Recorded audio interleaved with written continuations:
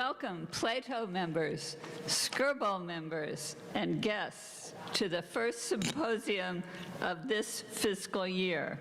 I am Nancy Bott, the president of Plato, and I want you all to know there are brochures on the table out there in case you are not familiar with Plato, so feel free to pick one of those up. We would be happy to have you consider joining us. After ending the full-day Millhop Symposium last year, the Plato decided that the first colloquium of each year would be the Arthur Millhop Colloquium. Today's session is that event. It is appropriate that we should remember him because he was so critical to our early years. He envisioned study groups designed and conducted by and for active participants. Working with Elizabeth Kless of the UCLA Extension, and after 3 years of study and development, the Plato Society was launched under the Extension umbrella in 1980. Arthur Millhop donated not only a great amount of time, but also a fund that supported the Millhop Symposium for many, many years. A very little bit of history.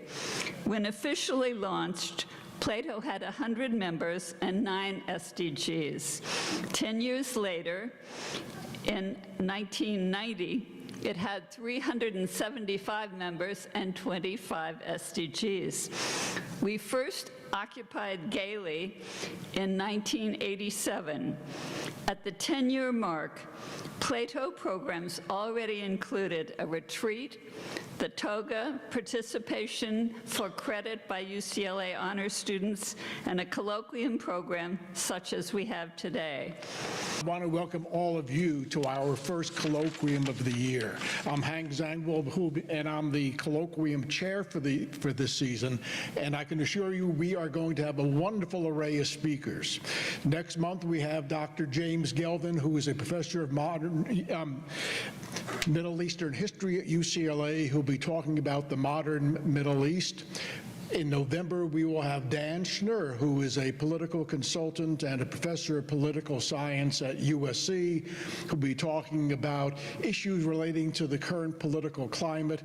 And we'll also be listening to Mark Raymond of the Jet Propulsion Laboratory, who is the mission director of the JPL mission relating, Dawn mission, which is one of the many missions which is being pursued by JPL in order to determine if there is other life in the universe. Today we are very pleased to have Dr. Richard Anderson of UCLA as our speaker. Dr. Anderson is a professor of political science at UCLA, specializing in Russian politics and foreign policy.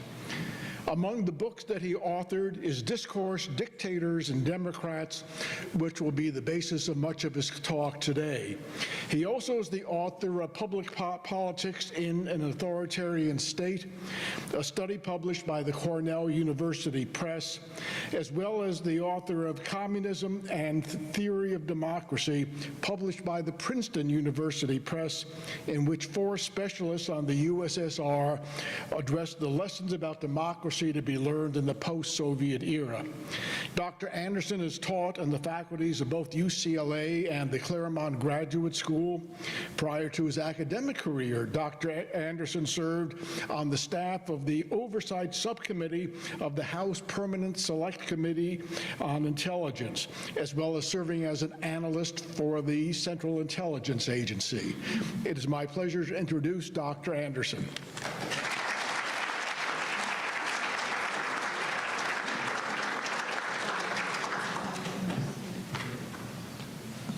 Good afternoon. Let me start by thanking Nancy Bott and Hank Shangwol for this invitation to talk to you today about a subject that's near and dear, I think, to all of us. And let me also thank you for coming to hear what I have to say. Sorry, is the mic, am I not being heard? Is this better? Yeah, thanks. Let's, maybe if I try to get higher. Well, somebody knows how to adjust this? I actually don't. There we go. How's this? Great. Thank you so much for the feedback. Give me more. Okay, so the title of this, Cause for Concern, Trump, Putin, and Democracy. As I go through this talk, most of the slides are quotations, and I'm not going to read the quotation to you. I urge you to read it and let me talk about it. Some of the slides are kind of more complicated, and I will be sort of reading them off to you. This is Donald Trump. And here he poses the questions I want to talk to you today. This is the famous remark he made when the House Republicans passed his so-called health care reform. And, can you believe it, right? So that's what I want to talk about today. He raises the very questions that are on everybody's mind: how an amateur could win the Republican nomination against no fewer than 16 experienced politicians. How could this novice survive a series of gaffes? Remember all the things he said that were kind of the wrong thing to say, the famous videotape with Billy Bush. I mean, any of those things would have defeated an ordinary politician, and instead of that, he wins. Does he owe this shocking victory to help from a Russian autocrat, Vladimir Putin? And finally, what does answering this whole series of questions reveal to us about democracy? These are present-day, near-term questions. But what we think about any topic today is a construct that's compiled from communicative events experienced over decades, centuries, and even millennia. Relax, I'm not going to go back millennia. But seriously, over a very long term, this is the so-called long delay, the long duration, the long-term approach. And any definite answer to these questions about President Trump today requires first proceeding through historical detail that may initially seem irrelevant, but it's what has formed us to have this occur to us. Hank Shangwol was kind enough to mention my 2014 book, from which I draw much of what's in this text. I was actually just trying to write about what happened in Russia after 1991 and provide some historical context to show whether that was really a unique set of events. I didn't think I was being prophetic. I am certainly very unhappy that I was prophetic, but that book, I think, does tell you a lot about the questions that we have to talk about. I might start by talking about what I think a democracy is. And democracy, it seems to me, has two elements which are actually so intertwined they might as well be one element. First element is elections. In those elections, everyone who exercises ultimate political authority, that is the capacity to appoint without supervision, must stand for election at regular intervals. So you can't have anybody like, say, the King of Morocco. Sometimes people want to tell you that Morocco's a democracy because it has an elected parliament, but you have a king in Morocco and he's got power. The parliament can't overrule him. They can't even criticize him. That's not a democracy. He's not elected. And the second portion is enfranchisement. Everyone subject to political authority becomes eligible to cast a relatively equal vote in the elections. Of course, famously in the United States, we don't have equal votes in elections. Those of us who live in California have fewer votes for senator than somebody who lives in Wyoming. We have fewer votes for president, but they are relatively equal. For one thing, if you want to, you can move to Wyoming and cast more votes. And Wyoming has to take you. It's in the Constitution. If you're a citizen of one state, you're automatically a citizen of all of them as soon as you move there. So anyway, once again, two elements: elections and enfranchisement, and obviously elections without enfranchisement are not democracy. There have been, and I'm going to talk to them, a lot of places with elections with very limited franchises. Those places are like dictatorships. In a dictatorship, you forbid voting. In a democracy with a restricted franchise, you forbid some people to vote. They have in common that there's always somebody forbidden to vote. It may be everybody, it may be only some people, but if somebody's prohibited from voting, as far as I'm concerned, it's not a democracy. Now, I want to start by talking about enfranchisement in the United States. This is a quotation that was found by a man named Alexander Keesar, a professor now at Harvard, who wrote a book on it called The Right to Vote, and he quotes a certain Mr. Kelso who's addressing the Indiana Constitutional Convention in 1850. According to our general understanding of the right of universal suffrage, I will read this to you, I have no objection, but if it be the intention of the mover of the resolution to extend the right of suffrage to females and Negroes, I am against it. All free white male citizens over the age of 21 years, I understand this language to be the measure of universal suffrage. When I saw this quotation, I had a personal shock. In 1960 or so, 61, when I was 10 or 11 years old in Baton Rouge, Louisiana, the little boys that I sat around talking to in the subdivision where I lived would say, someday we're going to be free white male and 21. This had persisted 110 years in common parlance. I always wondered why they were saying that. It was obvious to me that I was free, that I was male, that I was white, that in another 10 years or so I was going to be 21. What were they commenting on? This is what they were commenting on. You know, it's obviously racist and sexist. Notice the contrast between universal suffrage and, well, if it's for females and Negroes, out. It's identity politics. To Mr. Kelso, the intention, there's the notion of extending the right of suffrage to females and Negroes. There's the identity that's for extending it. There's the identity that's against extending it. There's the identity of female and Negro. There's also, obviously, the identity of free white male and over 21. Identity is expressed as a series of contrasts. And notice there are two kinds of contrasts. There's a contrast of opposites, in which white and male is contrasted to female and Negro, and there's a contrast by omission. There's no mentions of Asians or Latinx. You know, this is a new phrase to replace Latino, because we don't have that distinction in English. The contrast by omission, there's no mentions of Asians or Latinx, even though, I mean, California is part of the U.S., it's a state by 1850. There's lots of Asians and Latinx in the United States citizen. Mr. Kelso doesn't manage to mention them. There are no mentions of Indians, except by cultural appropriation in the name of the state, Indiana. He doesn't mention the state, but it occurs in the context where everybody knows the Constitutional Convention of the State of Indians. There's no mention of immigrants who are excluded by citizens and probably by the word free, since many of them are, at that point, are still indentured. They have to work off the cost of their travel, and they don't count as free.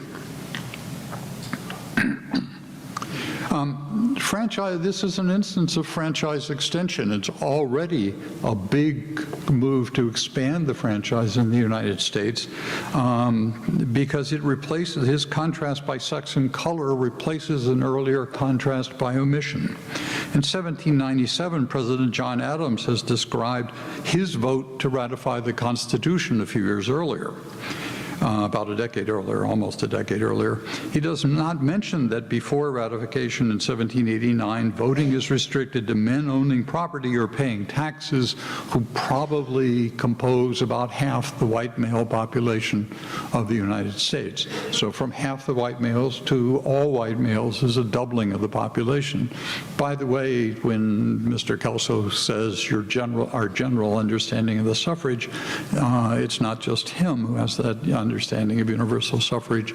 In fact, by 1850, all the American states have effective white male suffrage for everybody. There are a few American states in the Northeast that extend the suffrage to black males, but those states have almost no black population.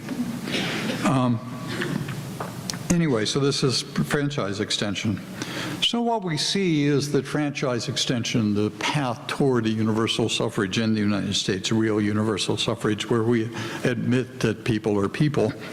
The franchise spreads when a color metaphor replaces a contrast by omission between richer and poor. Well, the franchise also spreads in Britain, France, the Netherlands, and Belgium. A little bit later in some ways than the U.S. and in other ways a little bit earlier. And what happened in Britain and France is copied in other early enfranchiser. Now, the first democracy, by my definition, is Norway in 1915. It's the first independent country with male and female universal suffrage of all its citizens, and everyone is elected. Norway introduces manhood suffrage in 1906, adult suffrage in 1915. It's imitated soon afterwards by Sweden and Denmark. And Switzerland actually introduces manhood suffrage in 1848, so they're even earlier than the US. But of course, it's only manhood suffrage.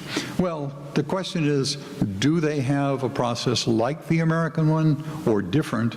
And what I now want to do is show you that this same kind of replacement of a contrast by omission between rich and poor, or maybe a contrast that where it's not even omitted, is replaced by a color contrast, or at least a contrast between European and non-European. What we really mean by white versus black is the percentage of European descent. If you have a lot more, or if you're treated as if you had a lot more, then you're European. If you have less, then you're treated as if you're not European. And the question is whether that contrast between European and non-European in the US that is associated with white and manhood suffrage is repeated in these European countries, and whether it replaces a contrast among Europeans between richer and poor. And I want to show you that process a little bit. Here's Charles Dickens in 1867, at the beginning of the year. 1867 is one of the tranches in the gradual development by 1918 of manhood suffrage.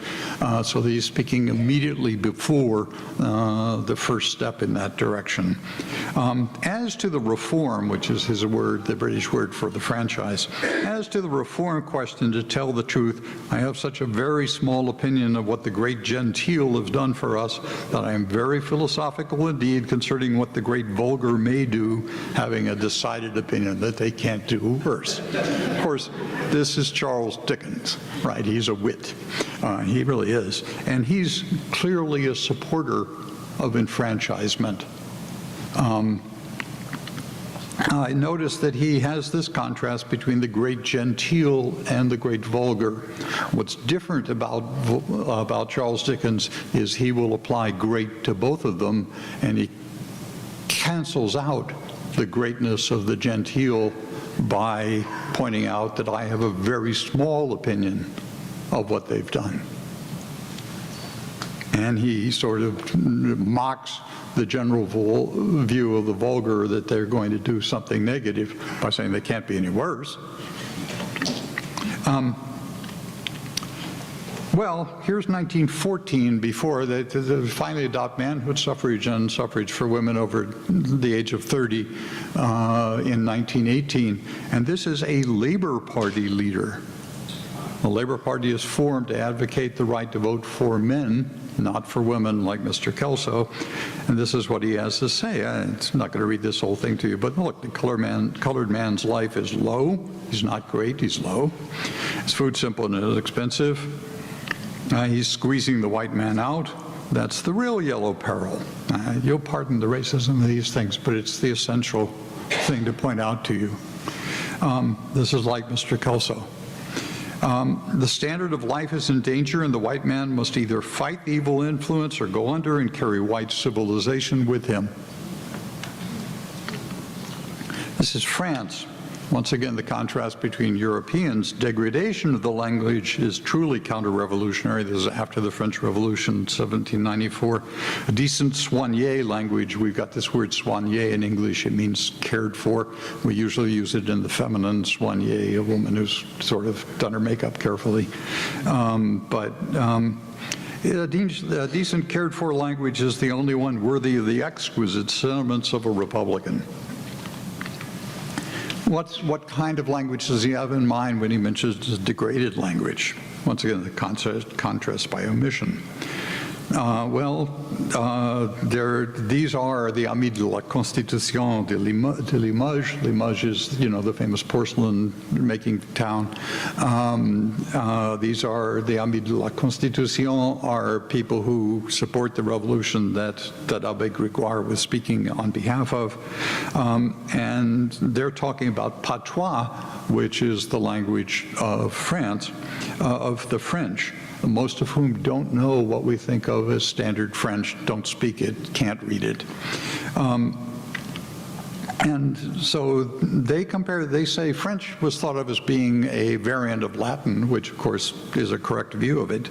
But the patois is also a variant of language, it's just a variant of language, but these people report that patois is mostly monosyllabic, so it's, obviously not worth talking, and unrelated to Latin, which is a totally false statement, a big relation to Celtic words, which is another false statement, to Asian words and sounds, and to the words and sounds used in Tahiti and the other South Seas recently discovered.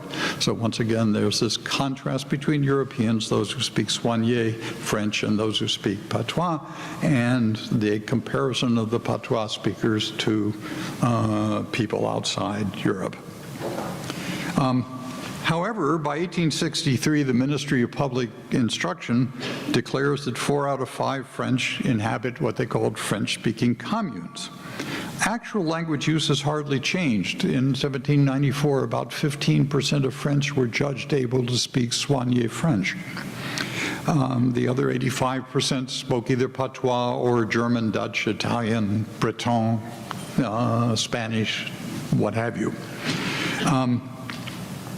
But actual language use has, by 1863, hardly changed, but the units of measurement have been replaced. French speakers in 1794 have been replaced by French-speaking communes in 1863, and there's a contrast by omission to African, Asian, and briefly Mexican colonial subjects. Of course, the French army occupies Mexico, and so Cinco de Mayo, which we celebrate and Mexicans apparently don't, celebrates the Mexican Revolution against the French occupation, which installed an Austrian as Emperor of Mexico. Anyway, so at the point where they're talking about French-speaking communes, they've got colonial subjects, and then, of course, what happens is that 8 years after they decide that the French actually can speak French, although the French have not started speaking French, the manhood suffrage is enacted, and even certain colonial subjects get the right to vote briefly, sorry, not briefly, permanently. After the German seizure of Alsace-Lorraine removes most communes classified as not French-speaking, right? So that most of the 20% of communes are on the bank of the Rhine. Their German speakers are predominate. They're not only predominate, it's almost exclusively German-speaking. But once those things are out of France, then everybody's a French speaker by declaration, not by fact. And the fact that everybody's a French speaker means, okay, now what we're going to do is have a contrast between us and colonial subjects, and we'll have voting rights. The Netherlands. There's this word beschaafd. Beschaafd in Dutch is almost a great deal like English, and so beschaafd means what it appears to mean in English, namely it means shaven. Since it means shaven, you can use it to mean polite, polished, and since you can use it to mean polished, you can use it to mean polite.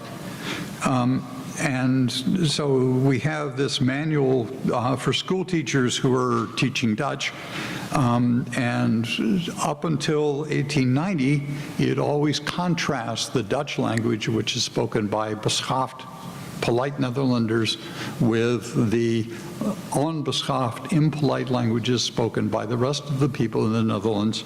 In the 1893 edition, suddenly the Dutch language that is spoken and written by the beschaafde Netherlands is contrasted to the language of onbeschaafde peoples, that is, outsiders.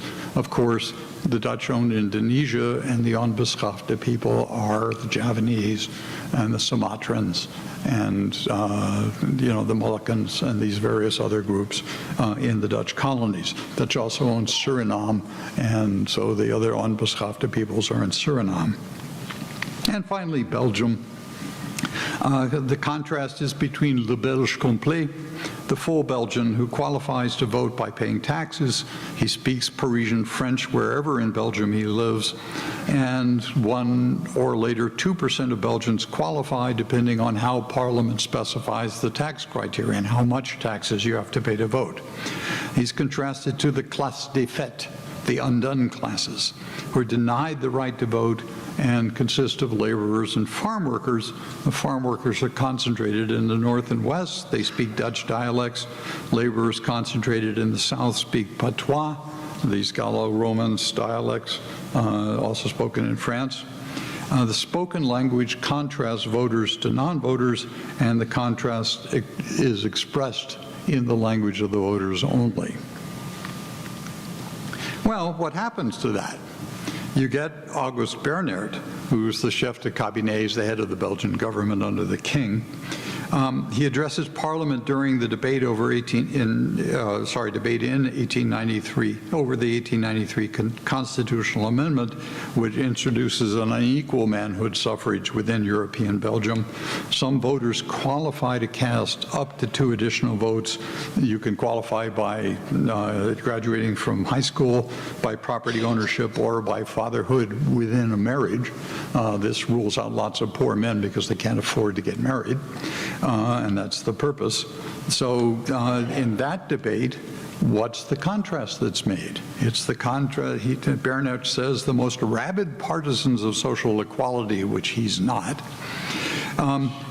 even they will be of the opinion that annexation of the Congo, which is one of the things being discussed, and the Congo already belongs to the Belgian king, but the parliament is discussing whether to take it over from him. The most rabid partisans of social equality will not be of the opinion that annexation of the Congo must result in the extension of our political rights to our brothers in Africa. So once again, Belgians are now replaced by Africans as the contrast group. So then there's the guy who advocates equal manhood suffrage, not women's suffrage. Some women in Belgium, a few women in Belgium qualify to vote because they've been to university or something after the voting reform of 1919, but women in Belgium don't generally get the right to vote until 1947. This is Emil van der Velde, who's arguing before Parliament for equal manhood suffrage in 1895, and he says repeatedly, before treating Negroes as whites, let us stop treating whites as Negroes. I would like to suggest to you there's nothing different about the process of enfranchisement in the United States and these processes throughout Western Europe, that it's always the replacement of a property qualification, contrast between propertied and unpropertied, with a contrast between European and non-European, usually expressed as between black and white. A color metaphor. Well, why? Why do these metaphors change? What replaces the contrast between Europeans with the contrast between white and black or European and non-European? Although early 20th century Britain, France, the Netherlands, and Belgium are often called democracies, they were nothing of the sort. You will hear repeatedly this phrase, Gladstonian democracy, which is named for Prime Minister William Ewart Gladstone. He's also got the sobriquet, the People's William, because he was an advocate. He was the sponsor of the Representation of the People Act of 1884, which greatly extended the British franchise and was sort of the progenitor of the final agreement on manhood suffrage in 1918 that extended the right to vote to women over 30. But although you hear this term Gladstonian democracy, Britain, France, the Netherlands, and Belgium were the 4 great colonial powers. And so not only people living in Europe, but also people living throughout the world were under British or Belgian or the rule of the British, the Belgian, the Netherlands, or the French parliaments. They're not democracies even after enfranchisement. The ratio of the European to the colonial estimated populations, we don't have numbers because nobody ever conducted a census, but you can see what the relative populations were, and all of these things are minority governments. The British, it's 1 to 8. The Belgians, the Netherlands is also 1 to 8. The Netherlands is a small country. Indonesia is a really large population even then. Belgium and France is closest as all. The French have a huge colonial empire, but almost no one lives there. It's mostly North African desert, if you remember Casablanca. And so it's a small population, even though it's a huge space. But all these states are dictatorships of voters ruled by European minorities who oppress Africans and Asians even after manhood suffrage within their European territories, and even with 2 rounds of women's suffrage in 1918 to 28 in the Dutch and British cases, and 45 to 47 in the French and Belgian cases. So how does this happen? It's colonialism that causes enfranchisement within colonizing populations, but not democracy. There's a push inland to occupy Asian and African interiors starting about 1830, and that push inland requires administration of colonized populations funded by requiring them to work. This enormous labor mobilization of people in Africa and Asia. Everywhere, Dickens' great genteel have construed his great vulgar as the providers of forced labor. But what happens with colonial expansion inland? The great genteel are encouraged to revise their opinion of the great vulgar, borrowing Dickens' terms, who are now seen as potential assistants in the project of coercing Africans and Asians to provide the forced labor. The great genteel in the colonial power then grudgingly concede the franchise in the valid expectation that the great vulgar will approve colonial expansion. World War II then comes along. It doesn't come along. It is the consequence of the end of this expansion inward, the second consequence. World War I is the first consequence. When you have nowhere left in the world to invade, you can only invade each other. And World War II deprives Europeans of the economic and military capacity to prevent decolonization, which starts with the independence of India, Pakistan, and Burma in 1947, and concludes with the independence of Zimbabwe in 1980. Once they have decolonized, the states of Northwest Europe are left with almost no territory where inhabitants remain disfranchised, that is, their democracies. The 4 North American and Southwest Pacific British settler states, including our own, are, of course, also products of colonialism expanding into extra-European interiors. The British tried what they did in India in the American colonies, and the American colonies were more successful in their resistance, partly because to reconquer the United States, the British were going to have to give up India, and India was just more valuable. Well, okay, so I've gone through a lot of the history. The franchise, what does it reveal about Donald Trump? This is where my work, I think, turns out to be predictive, which I really regret. I mean, you can't believe how bad I feel about writing this. And what it reveals is an existential anxiety.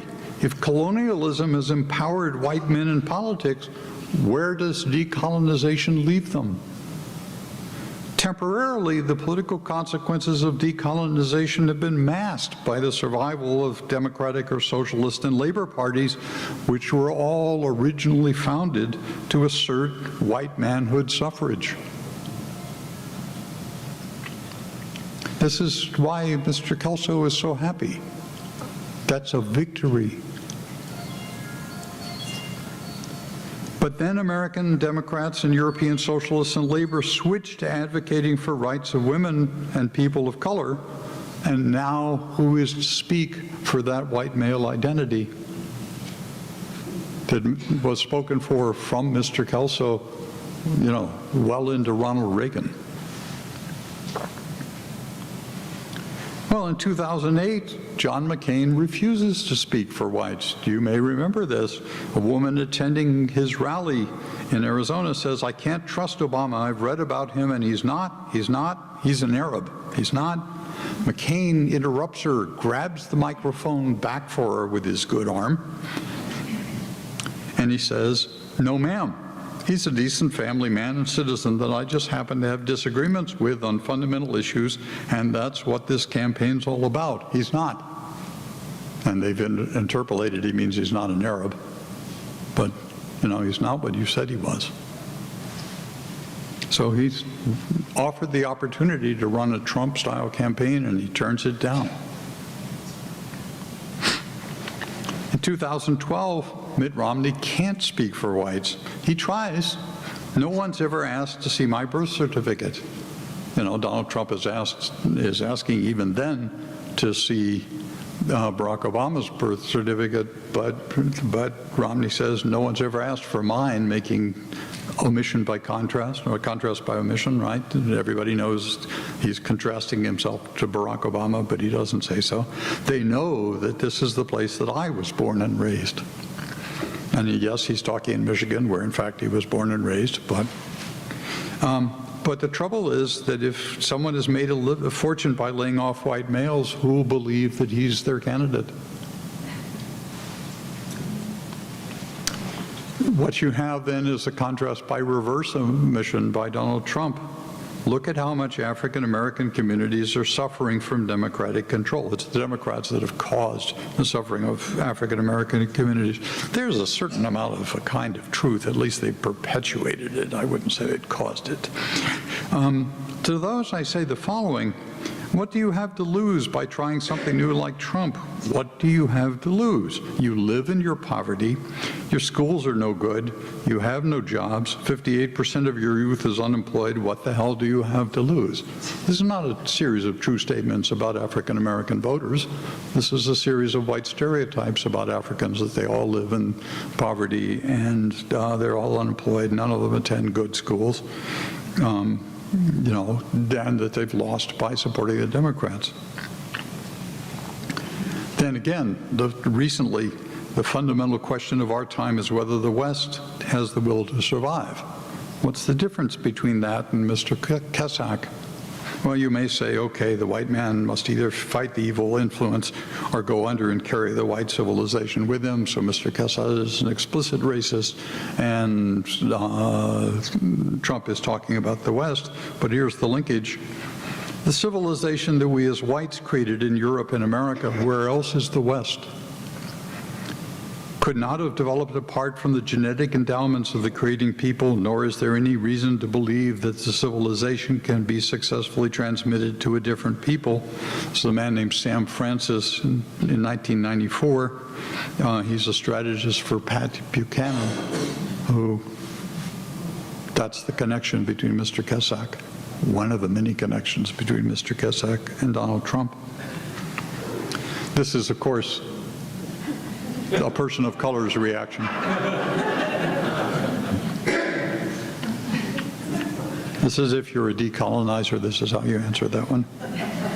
You know, I saw that there was a woman named Yasmin Khan in the New York Times, and she says, look, from an Eastern point of view, World War I is just a contest between rival empires. What have I just said to you? That's not an Eastern point of view. It's an elementary objective fact.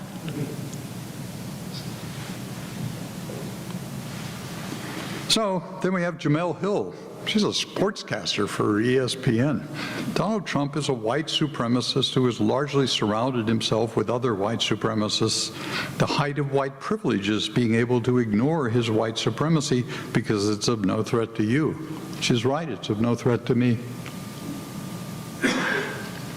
Well, it's a threat to me. His rise is the direct result of white supremacy, period. This is ESPN.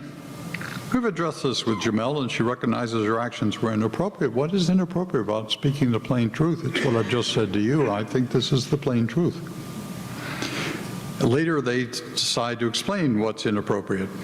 Jamel has a right to her personal opinions, but not to publicly share them on a platform that implies that she was in any way speaking on behalf of ESPN. She has acknowledged that her tweets crossed that line and has apologized for doing so. We accept her apology. Yeah, it was her private Twitter account. Doesn't apply in any way that she was speaking for ESPN. She may be known because she's on ESPN, but doesn't deprive her of her right to speak.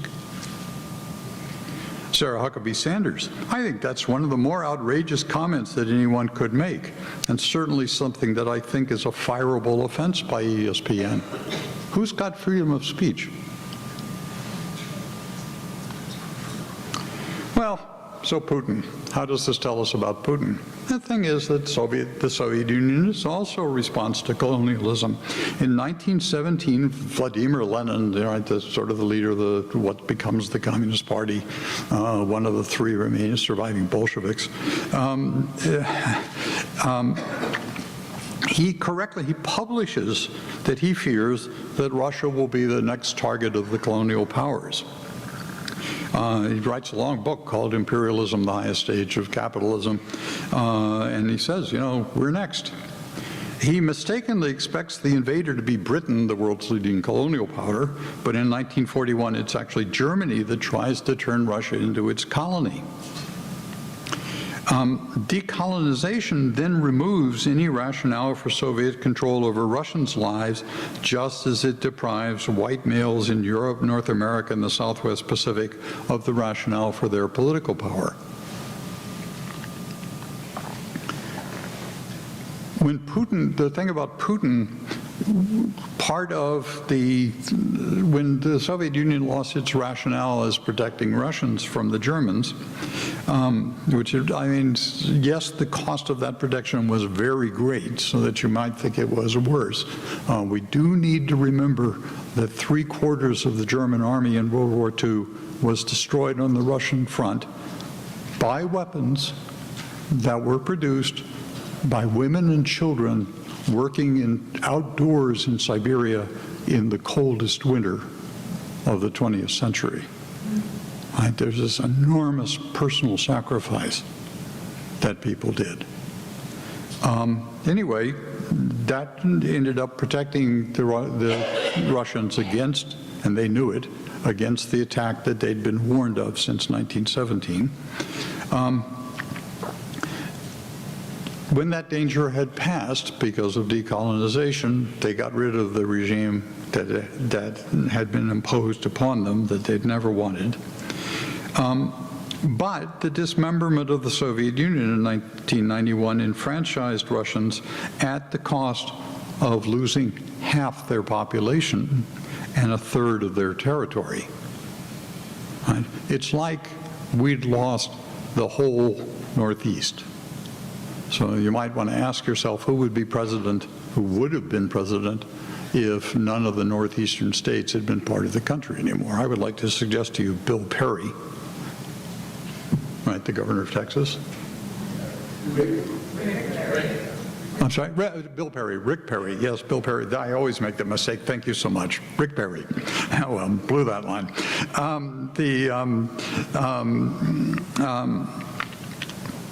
What Putin does is make the promise you'd expect under those circumstances. He promises to restore Russia's greatness, not to resurrect the Soviet Union. If you looked at the Sochi Olympics, at the television presentation, what you saw were all of these Russian images, not Soviet images. And he's a Russian male supremacist. He famously walks around bare-chested. This morning I was told that because I was wearing a red tie, I looked like Mr. Trump. And somebody suggested, well, you should have dressed as Putin. I said I would have had to come bare-chested. Right. He asserts the identity of Russians who deem themselves white and who describe Muslims as blacks whom they find threatening.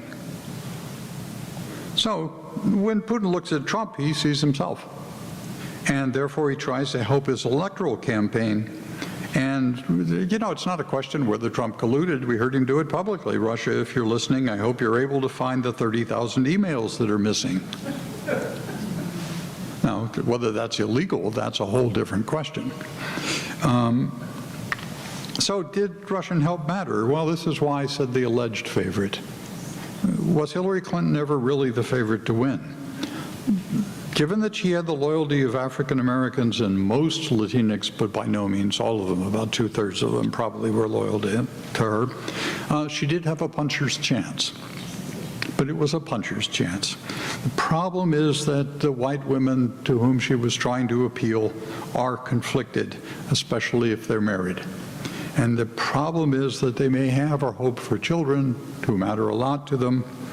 The advantages that she promised for their daughters are disadvantages for their sons. And, of course, opportunities for the blacks and Latinx that she represents are disadvantages for both their daughters and their sons. Now, you may say men should feel the same way, but the fact is that men don't get pregnant, and pregnancy, the possibility of pregnancy, the thought that someday you may be capable of pregnancy, even after you're long past pregnancy, is going to affect how you feel. An overwhelming majority among white men plus a split among married white women can carry enough states to outweigh support from blacks, Latinx, and young voters who are concentrated in the cities on both coasts and in the Mississippi Valley.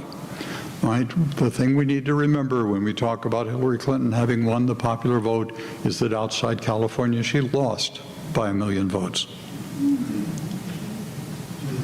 I would like to suggest to you she was never the favorite. And the most important thing, regardless of that little sort of preliminary kind of analysis, notice, by the way, you'll hear a lot about who voted for or who didn't. It's all based on exit polls, and we have no way of validating the accuracy of those exit polls. Literally no way.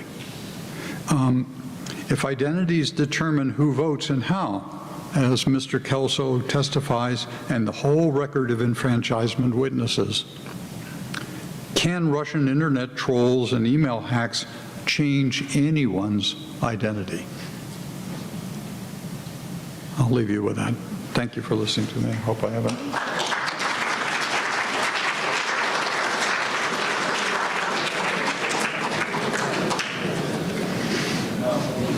There's the gentleman who, there's a couple of people. Whoever's handing out mics, would you please do so? Yes, ma'am. So why did everybody think she was going to win? Why did all the polls say she was going to win, up and down? I have to tell you, we held a Plato. We had a 3-semester class, SDGs, on the election. We covered every single twist and turn with huge detail, and there wasn't one person in that class who didn't believe that Hillary was going to win. Because polling is a fake. I'm sorry, polling is a fake. No, that's the short answer to your question. All right, why is polling a fake?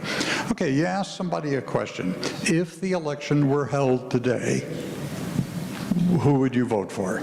And, you know, Hillary Clinton, somebody else, Clinton, Trump, somebody else, I don't know, I'm not sure, you know, I'm not going to vote, whatever. Actually, they were asked 2 rounds of questions. Are you going to vote? And then who are you going to vote for? So, okay, a conversation just gives you a lot more answers than Hillary Clinton, Donald Trump. You want to sort of say to yourself, well, I like some things about Clinton, I like some things about Trump, or you want to say, I feel really intensely because, you know, she's obviously a crook because look what she did in Benghazi and with emails, or you want to say he's a racist and a groper, and, you know, you want to say all this stuff. You can't measure that in polls.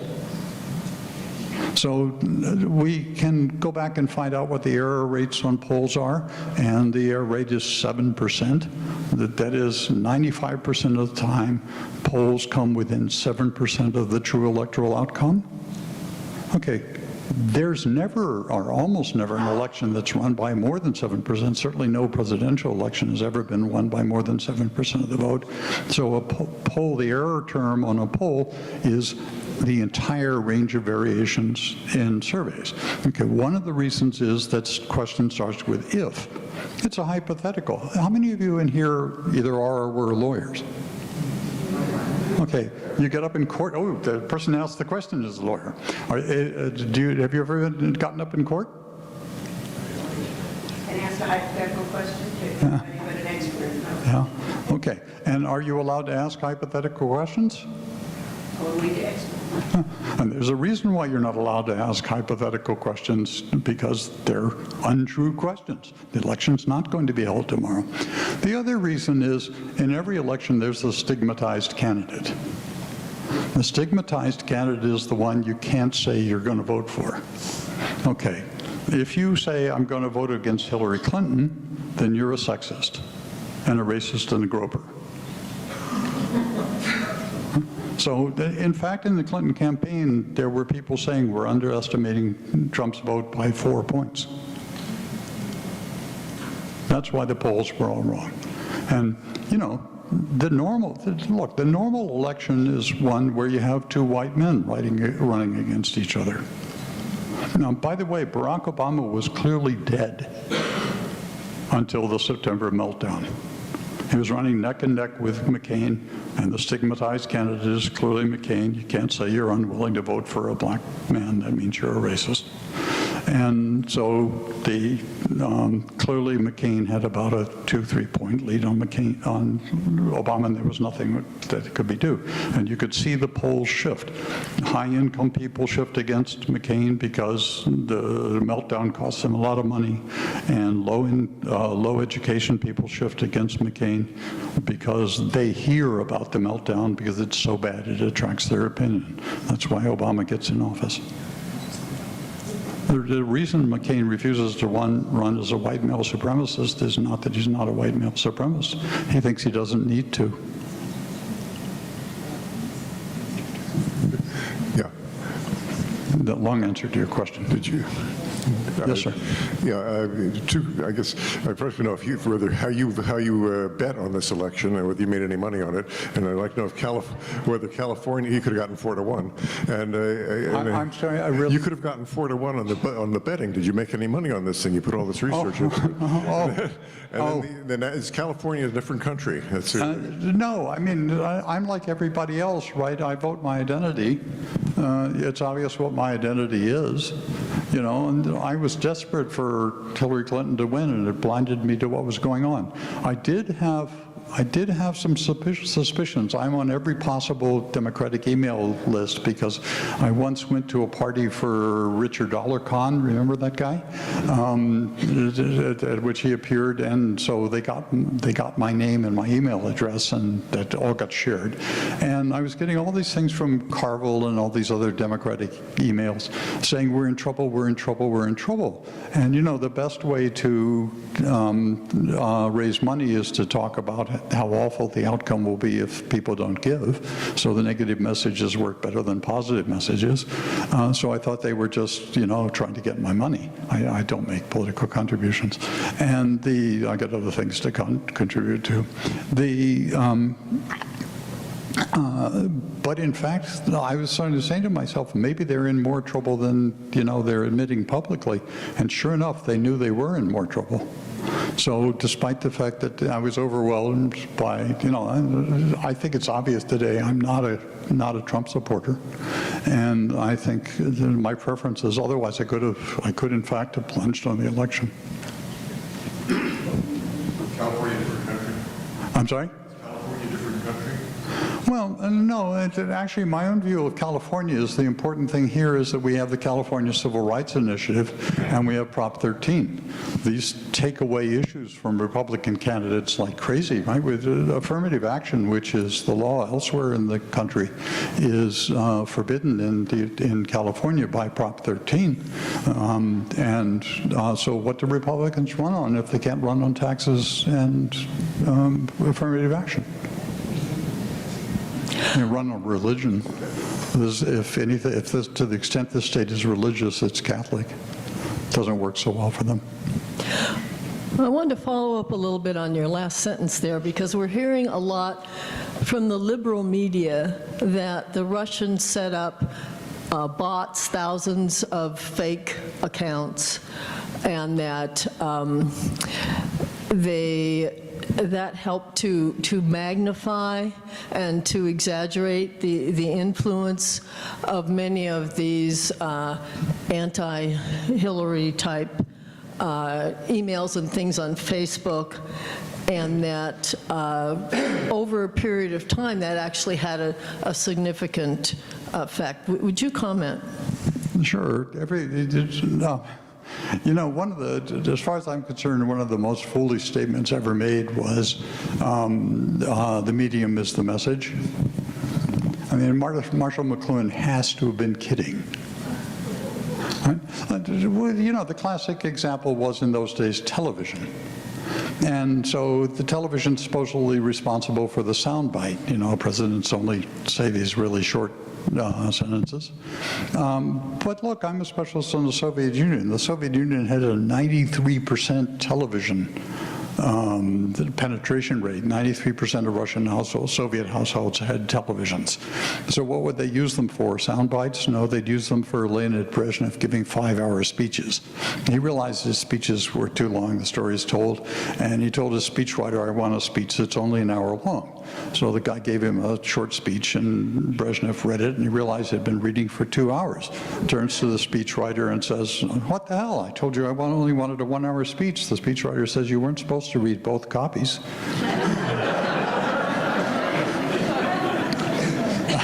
I have a question. Sure. Let me, I don't. give me just a moment. Let me finish with her. 'Cause I'm sorry. I'm a little long-winded. Anyway, you know, my view of all those bots and things is, yeah, they were out there, but that's the question I've asked here. Whose identity was changed? And, you know, there's Facebook and Twitter both rightly point out it's a tiny percentage of the total number of messages that were exchanged. You know, we hear a lot about how important social media are because they're new. But I think it's just, it's like Marshall McLuhan. It's the mistake of the medium is the message. Yes, sir. I don't know if you read the article in The Atlantic that talks about a lot of this, but one of the comments that they had in there, which I found interesting, is that if you look at the country and just look at the white votes around the United States, that Trump would have gotten almost all of the electoral votes of the white population. He would have even gotten the female white votes, and he would have gotten all the votes, even by different income categories. And I'd just like to hear your comments about that, because that's a powerful, powerful statement about the potential in the next election and what kind of strategy one needs to follow in order to change the course we're on now. Well, the winning strategy for the Democrats has been to capitalize on their reputation for upholding white male interests. You know, we talk about the Civil War. What everyone overlooks about the Civil War was that in the 1860 election, the Republicans carried every Union state, and the Democrats carried every southern state, although there were 2 Democratic candidates. One of them carried the border states, and a couple of the border states that he carried ended up staying with the Union. But they really wanted to be neutrals and didn't have that, weren't given that opportunity by Jefferson Davis, who thought they were slave states and they should join. Missouri was the only state carried by somebody else. So it wasn't a war between states, it was a war between parties. And, you know, growing up in Louisiana until 1967, I never met a Republican. I mean, there actually was one at the end of the street, but I didn't know it. He was the chairman of the Republican Party, which had about 50 members. I actually founded the Teenage Republicans of Baton Rouge, Louisiana, because I thought that a two-party system would be better than a racist party. And Congress passed the Voting Rights Act. I called this friend who'd invited me to join the thing. I proposed a resolution endorsing the WISE Act of the Congress. I went down, my friend agreed to second it, I moved it, he seconded it, the Teenage Republicans debated, they voted, it lost 2-12. Right? That happening all over the South is the genesis of the Southern Republican Party. Right? What's happened is what Ronald Reagan said. Why did you become a Republican? He says, I didn't leave the Democrats, they left me. What happened is the Democratic Party has gotten away from its long-standing, from the time of the Mr. Kelso, its long-standing association with advocating white manhood suffrage. And finally, that bond has been broken. I don't know how you go about restoring it. But you clearly have to try to at this stage, or you have to wait until white males get sufficiently outnumbered that you no longer have to worry. And that's a dangerous day. I don't know what will happen then.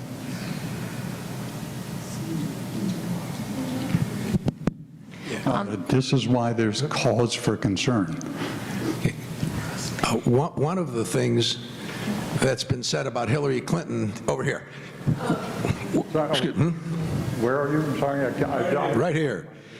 There you are. Thank you. One of the things that's been said about Hillary Clinton is that she lost because the Democrats concentrated on identity politics, the inference being that Donald Trump didn't. What I hear you saying is that there's no such thing as non-identity politics, and that discussions about policies and programs and so on in elections are really meaningless. And I'd like to hear you comment on what that means for the political process and what that means for campaigns in the future. You know, I love a great student. That's exactly the claim. There's no such thing, nothing but identity politics. And now, you know, there are lots of identities out there in the world. And so if you have two white male candidates, then you can have kind of, you know, this issues-based discussion, although people have been complaining for years. I mean, it's always two white male candidates.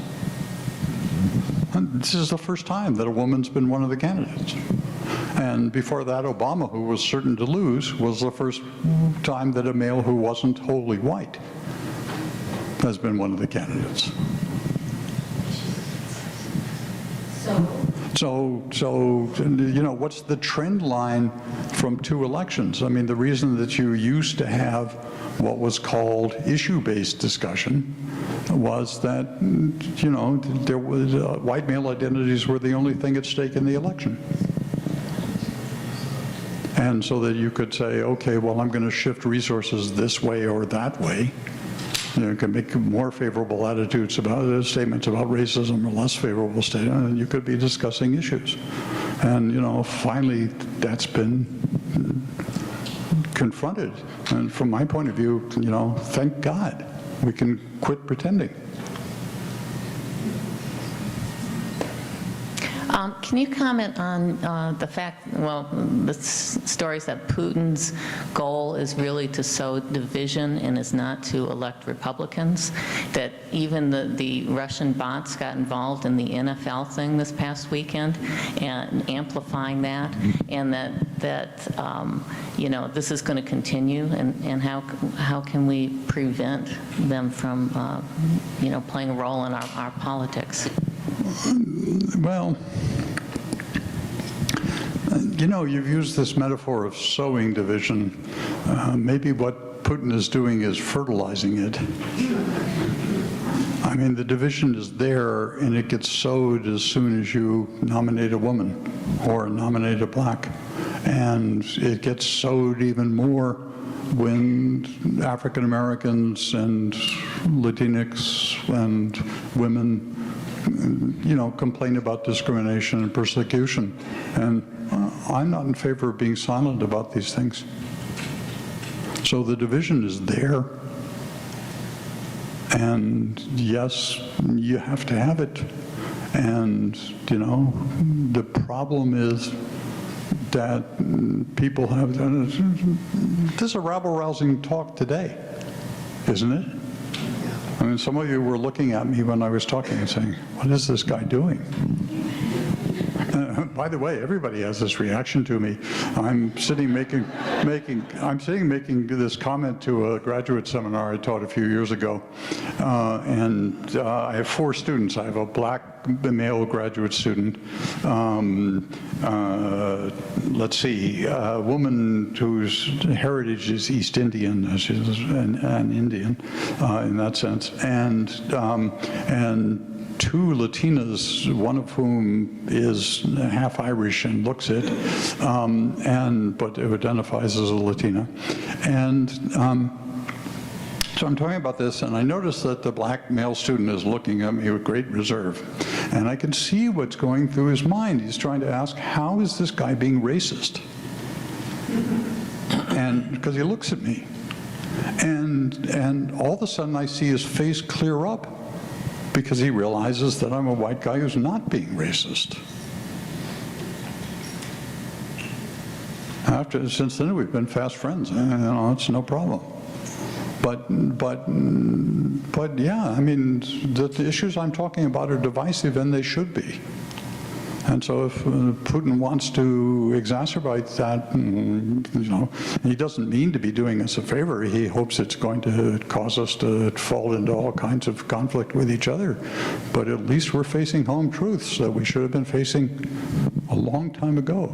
Actually, we have been facing them ever since. I mean, Thomas Jefferson writes in Notes on America to this French correspondent. He says, look, in 80 years, the slave question is going to lead to a civil war. This is 1779 and 80 when he writes this. And so 80 years is exactly right, 1860. I'm a little bit puzzled by 2 things. One is the statement that polls are fake, period. We can talk about that later on, but I guess the second thing that kind of gets me is the link that imperialism has to your theory. I can understand what you're saying, that Belgium and France and countries like that were major powers in that sense. At the same time, you leave out Portugal and Spain. So what I'm trying to figure out is whether you're making a link between imperialism and democratic systems or non-democratic systems.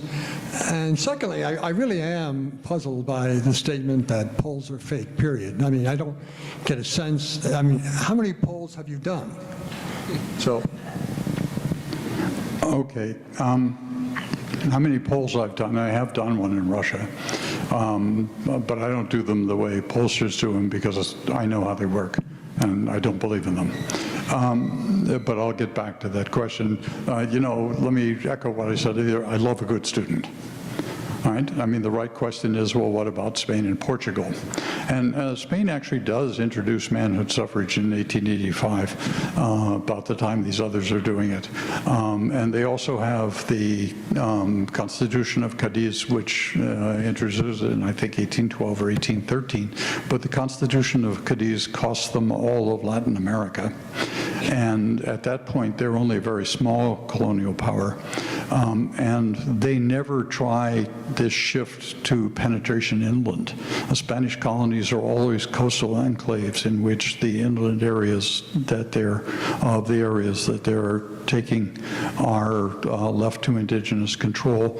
Now, there are some of the places that are their colonies, like the Philippines and Cuba, which are islands and don't have inland areas there's no inland. Everything's within a few miles of the coast, so the coastal enclave takes up the whole thing.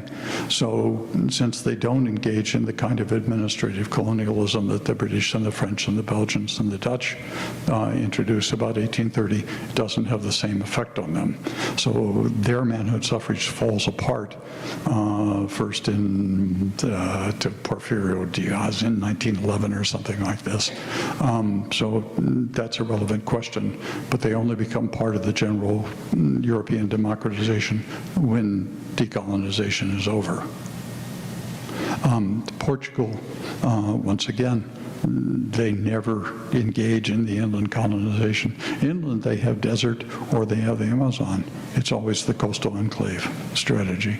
And so once again, they too don't run into the same kind of pressures that affect the United States, or that the United States is a move inland from an English coastal enclave by Englishmen who are no longer under England. And it is that move inland that's associated with white manhood suffrage.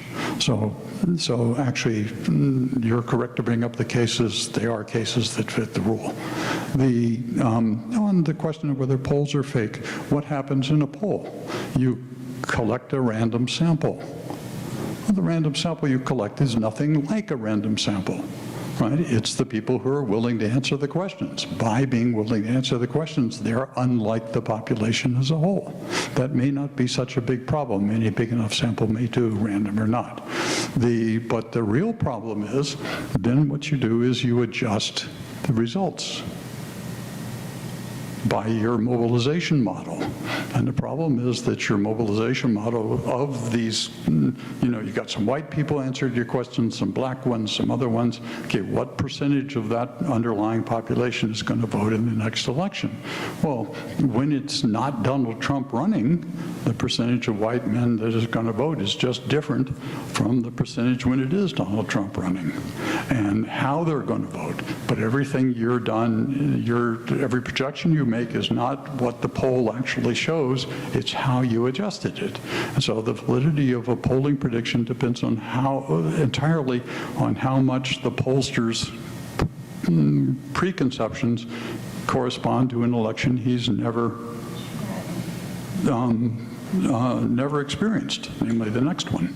And between that and the hypothetical question problem, I think polls are just don't tell you anything that you don't know anyway. And that's why I do it this way. Now, my colleagues in political science don't agree with me.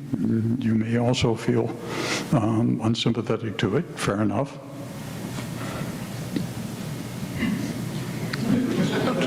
Okay, so how did Angela Merkel do it in Germany? I'm sorry? How did Angela Merkel do it in Germany? How did Angela Merkel do in Germany?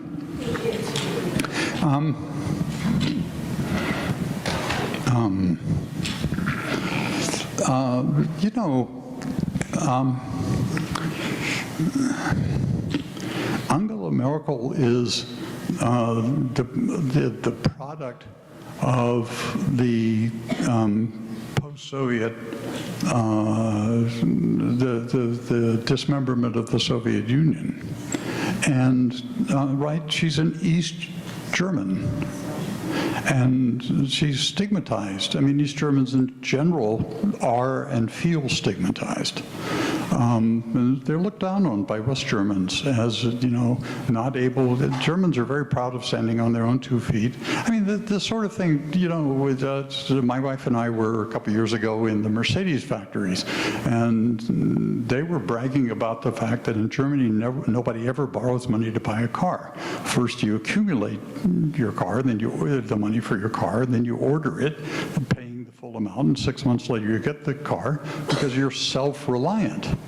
Okay, the East Germans are regarded as impoverished and needing a bailout by West Germany. And so what Angela Merkel does is straddle that gap. She's got support in East Germany because she's an East German, and she has support in West Germany because she stands for standing on your own 2 feet, paying your own way, what East Germans don't do. So she's rebuked East Germans, softened by the fact that she's an East German, and And she's a salute to West Germans who can also pride themselves on, not being sexist. We have a woman leader and you don't. Women are associated with less aggressiveness in politics. And of course, Germans, thank God, have the position that they're at fault for World War II and for what happened there. I'm speaking in the Skirball Center, and the Germans are quite conscious of what they did to Jews and other people, but mostly to Jews. And so in choosing a woman leader, what they're doing is making a statement, we're not like that anymore, which I think we should be grateful for that statement. Now, that's a hard statement to keep going because everybody naturally wants to celebrate their national well-being and their national history. That's part of identity, is to say positive things about yourself and to say we're guilty for what our ancestors did to the Jews. That's a kind of a hard message to maintain, true and dignified and valuable as it is.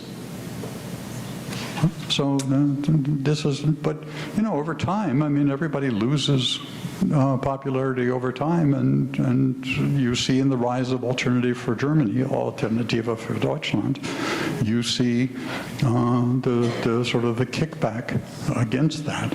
The reaction against it, let's stand for sort of a white male Germanhood of the Hitler-like kind. It's not enough of a counter-reaction, I think, to paralyze the integrity of the German democracy, and it didn't prove to be enough to defeat Merkel. But, it is going to be problematic in the same way that these issues are everywhere else. Another trouble with polls is they're only conducted in the United States. What I've tried to say to you to do, we have to look at a single globe. Everything's interconnected everywhere.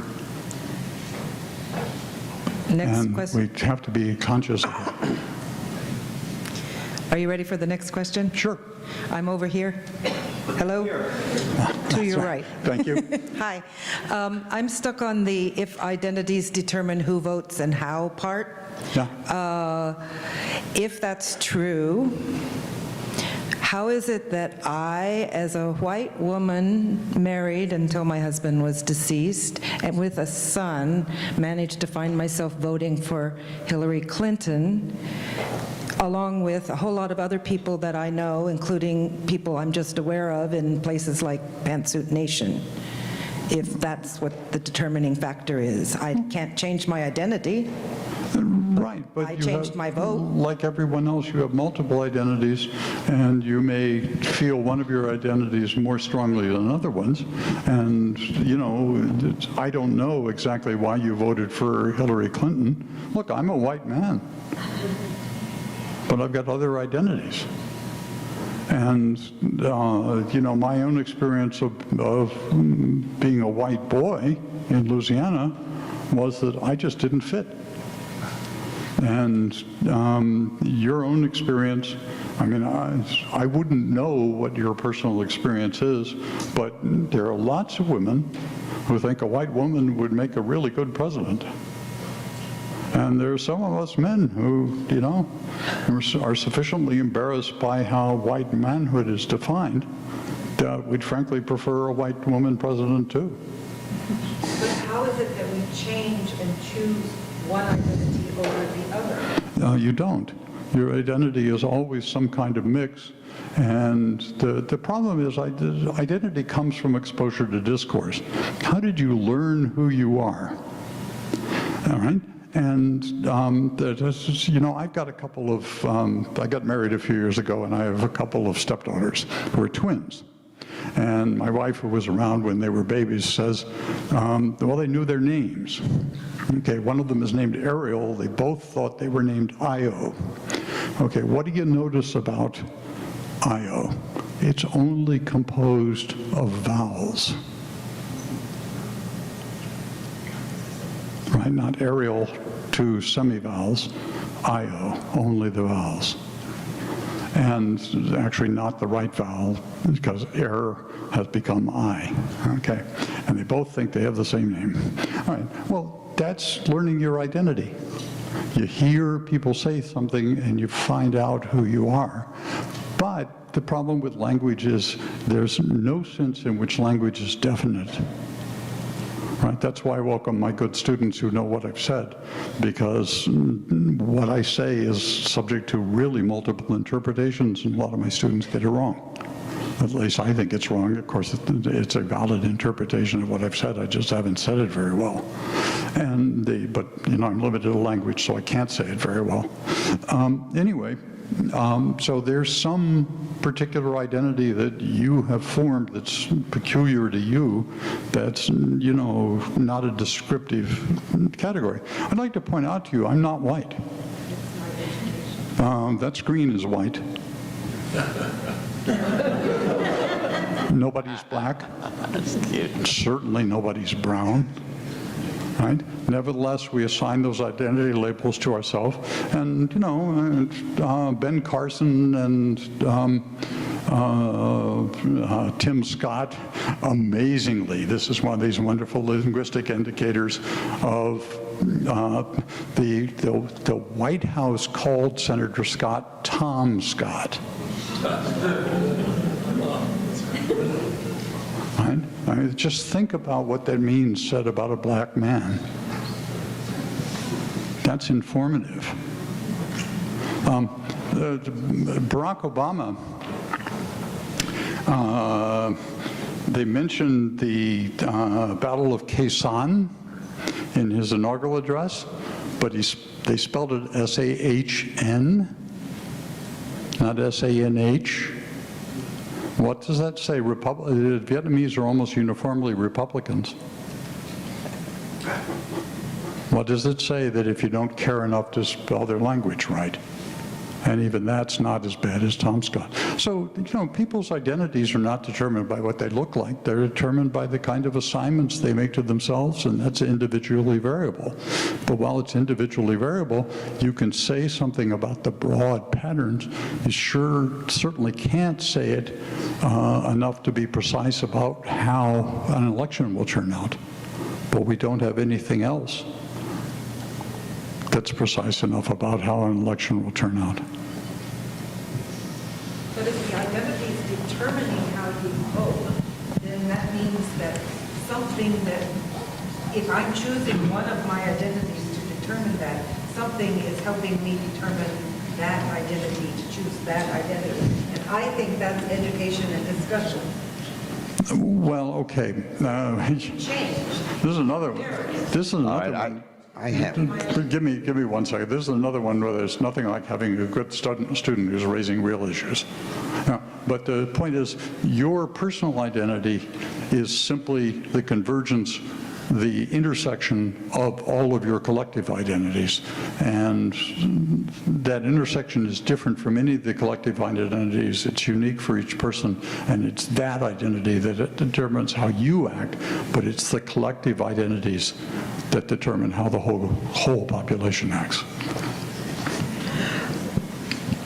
Over here. I have, over here, to your left.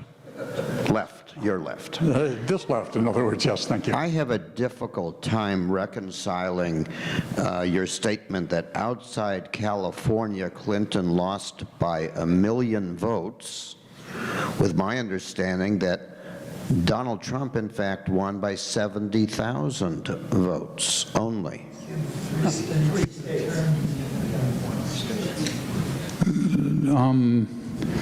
I'm not sure about what your question is. 70,000 votes was all it took for him to get the electoral votes in those states.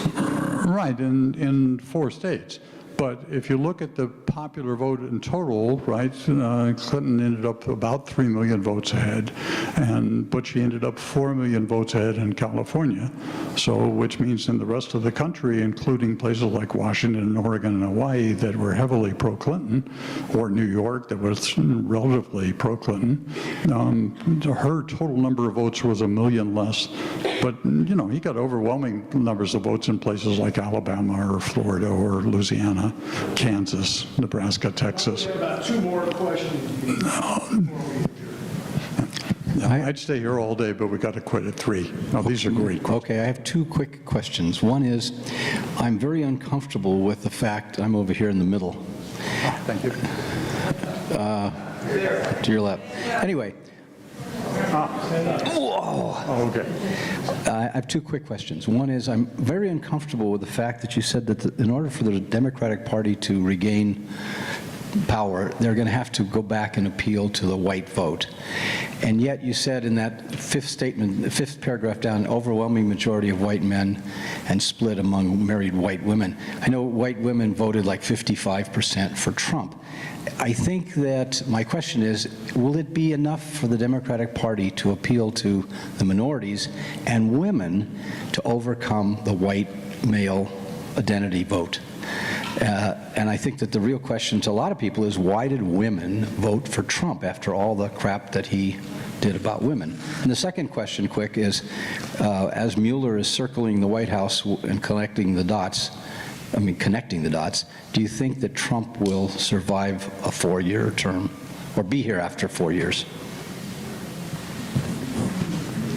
On whether he'll survive the 4-year term, so far I'd be astonished if he didn't. Even if Mueller indicts him, it's not clear that there's much a court can do with him. I mean, you create a constitutional crisis. The job I had working for the Oversight Subcommittee, which was a joke, right? The CIA had, a classified number of thousands of employees that I once knew, and NSA had a classified number of something like 100,000 employees, and Congress had me. Right? I mean, I like to think I'm good, but, I'm not a match for, a couple 100,000 federal employees. Right? Okay, so I had that job because of a constitutional crisis. They were going to arrest send the Sergeant of Arms, who's 75 years old, of the House of Representatives, down to the State Department to arrest Henry Kissinger and make him stand trial before the Congress when he was Secretary of State. And my boss talked them out of it, Les Aspin, later the Secretary of Defense, and that's why I got that job. Okay, they're not going to do a constitutional crisis to get rid of Trump.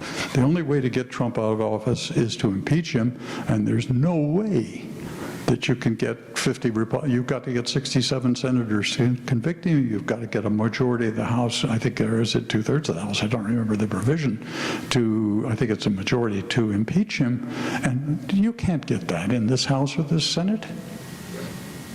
And there's not going to be enough of a change. If there's a change, it's going to be in 2018.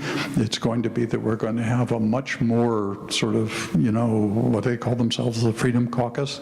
The Freedom Caucus is going to be much stronger among the Republicans, even if there are fewer Republicans. There's sure to be more Republican senators and more of them of the Freedom Caucus. He's not going to be out. Last question. Well, let me answer his other question real quickly. Your other question is, I mean, that's the problem, right? I mean, how do you overcome a Trump strategy? And I don't know whether you can. Yes, sir. Sorry. Professor. Yes. Thanks for your terrific presentation. I really enjoyed it. My question is, a number of people, some in my family, accuse this country of institutional racism. And my question is, do you feel that institutional racism, if you believe it's true, is it uniform across the country, or is it mostly in inner cities? Or because it seems to me that the disenfranchised in the inner cities happen to be blacks and Latinos, and they're not getting a fair shake. They're out killing each other in the streets, and unfortunately they don't graduate from high school. And is that the fault of institutional racism in that context? No, it's the fault of personal racism. And you have 2 choices, right? Everybody gets racist messages, and you can stand up against them, which is what I've tried to do today, or you can accept them. And it's hard to stand up and reject them. You have to police yourself all the time. Huh? That's what this whole question of anti-Semitism about. You have to look at anti-Semitism and say, I'm not going to be part of that, and you have to police yourself to make sure you're not. It's what you have to become conscious of your own identity and make choices like you did. Right? And you can. It's not the institutions that are racist. It's the context in which you live. And you have to be willing to set that aside. Thank you. Thank you very much, Dr. Anderson.